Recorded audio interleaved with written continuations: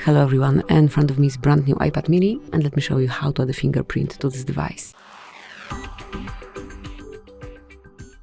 First of all, open the settings. Now select Touch ID and passcode. Provide your current passcode if you have one. If you don't have one yet, you will have to create it. And now mark Add a fingerprint. As you can see, fingerprint sensor is located on your power button, so here it is. Just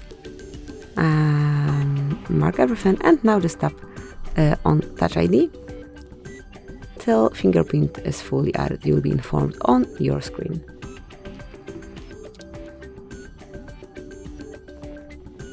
Tap on Continue then, just a few more touches. Tap on Continue, and that's it. From now on, as you can see, you can unlock your device with this fingerprint only.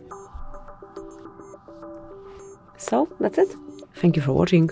Please subscribe our channel and leave a thumbs up.